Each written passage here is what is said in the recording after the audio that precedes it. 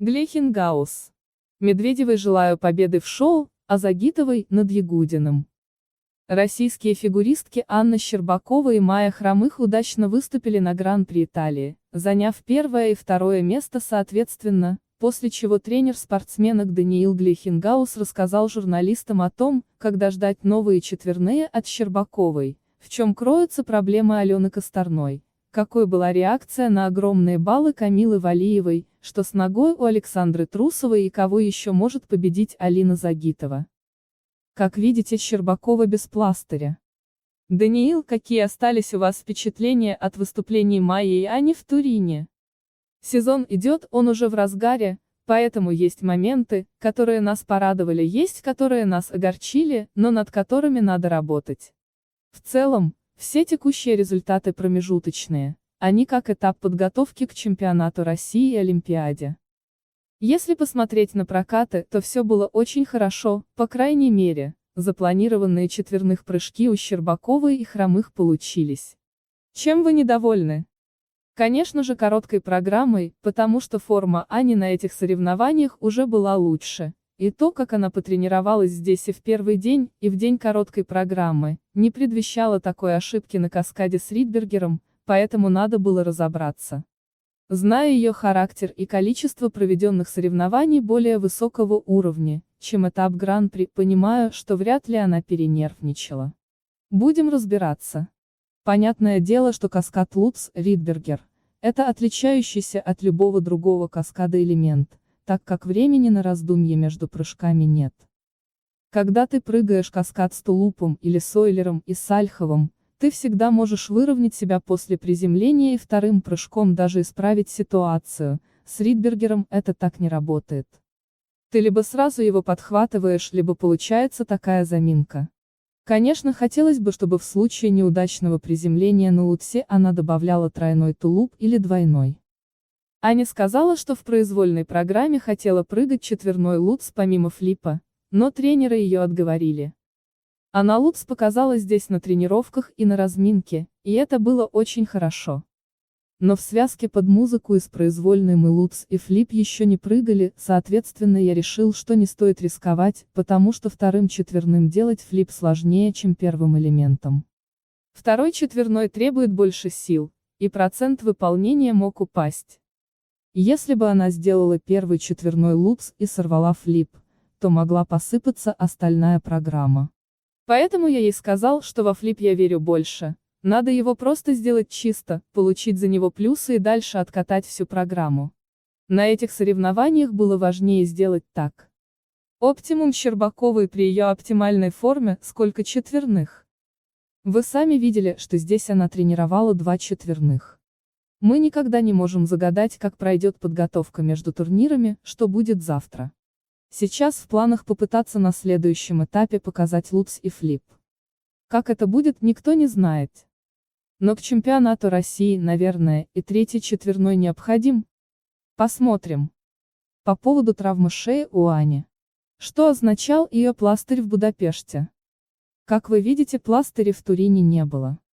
Ничто ее не беспокоит. Мышечные травмы, которые возникают у спортсменов в любых частях тела, типируются. Поэтому если мы будем обращать большое внимание на любой тейп, то можно будет писать, что каждый спортсмен каждую неделю травмируется. У Трусовой болит нога. Александра Трусова пропускает этап в Японии из-за травмы ноги. У Саши болит нога. К сожалению, меня 2 недели не было в Москве, поэтому более точно может ответить Сергей Викторович Дудаков. Мы на связи, но более конкретно по ее ноге я не могу ничего сказать. Конкретизировать тоже нельзя. Что у нее стрессовый перелом, перелом чего-то и вообще все не так? За это должен отвечать врач, который может дать профессиональную оценку травмы. Но врач должен получить санкцию на комментарий. Это тоже верно. В последний раз я видел ее по видео из Америки, где она здорово выступила и заняла первое место. Это все, что я могу сейчас сказать про Сашу. Хорошо, Алена Косторная. Как сейчас вы можете оценить ее форму и ее перспективы? Над чем помимо тройного акселя она сейчас работает? Над всеми остальными прыжками. Конкретизируйте. Алена выложила очень добрый, душевный пост, где поблагодарила нас за работу с ней. Если бы это еще больше, скажем так, имело место не в благодарности в Инстаграм, а в тренировочном процессе. Нам не нужна от нее благодарность, наша задача помочь ей достичь ее максимума. И вот когда у нас это получится, тогда она покажет себя во всей красе. На данный момент это не ее максимум, думаю, все это понимают. Что у прекрасной Алены не так с тренировочным процессом? Количество прокатов не соответствует остальным спортсменам в группе. То есть мало катается? Да. А почему так происходит? На это вам ответит сама Алена, я не могу ей влезть в голову. Но она на все тренировки приходит. Слава богу, да. Практически. У Алены есть проблемы с мотивацией. Сложно сказать, что это мотивация. Ей надо разбираться самой в себе. Я не могу так сказать, что у нее есть проблемы с мотивацией. Люди все разные, не все мы можем каждый день делать одно и то же, отключать свои эмоции и просто работать на повторение. Делать одно и то же, в этом и есть сложность нашего спорта. Выйти на соревнования в красивом платье, порадовать публику и прокатать для нее один раз – это для них праздник. А вот каждый день это делать на тренировках – это вот именно самое сложное. Есть проблема контакта Алены с тренерским штабом? Нет, проблемы с контактом нет. Мы это обсуждаем, она это все прекрасно понимает. Вопрос, как ей помочь именно в этом, в рутине, чтобы она могла каждый день выжимать из себя максимум. Потому что когда она каждый день выходит на соревнования, все равно она всегда делает больше, чем показывает на тренировках. Результат в Канаде, 3-е место, закономерен и логичен. Конечно же, закономерен и логичен, но мы хотим не этого. Потому что мы разговаривали с ней о том, что нужно катать 2 тройных акселя в произвольной программе, а не надеяться на один. У нее снизилась оценка за компоненты. В чем причина? Компоненты просели по причине того, что она не до конца доделывает хореографию и связки. Не в полную силу все это делает, потому что понимает, что больше сил она потратить на это не может, что ей важно доехать до конца программы и сделать все прыжки. Критики Валиевой. Профессионалы нас всегда поздравляют. Как себя ощущает Камила Валиева? Нет ли у нее чувства, что если она делает все элементы, то она лучшая везде и всегда? Надеюсь, что нет. Из Канады прилетели в хорошем настроении. В Москве, как только она получила багаж и коньки, сразу же вышла на лед и тренировалась. Накатывает программы, готовится к следующему этапу Гран-при в Сочи. Все идет в оптимальном режиме. Багаж ждали 3 дня. Мне мой багаж прилетел сюда, еще через 2 дня. В день короткой за полчаса до начала, я наконец-то переоделся. Получается, Камила не тренировалась из-за ожидания коньков. На следующий день вроде привезли. Просто я уже улетел, мне в Москве не нужен был багаж, поэтому я попросил сюда в Турин.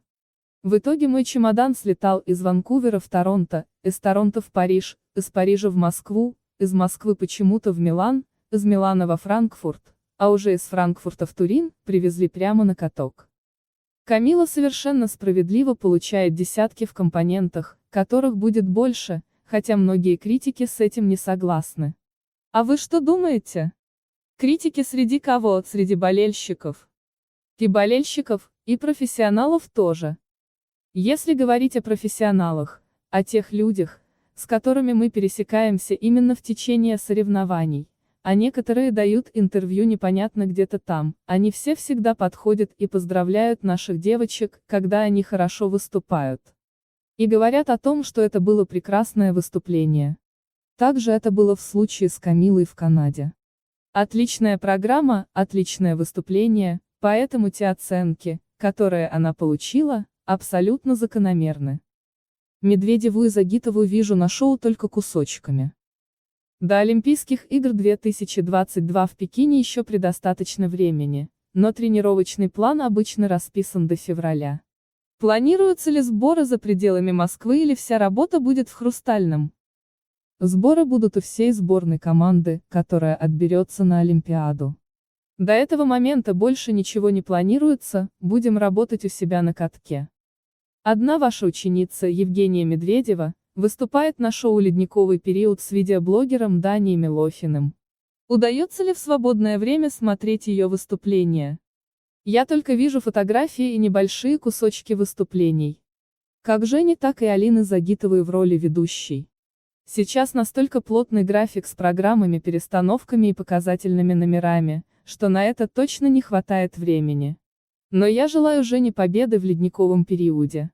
Алина уже выиграла все. Она ведет шоу, там нельзя выиграть. Но только если у Ягудина.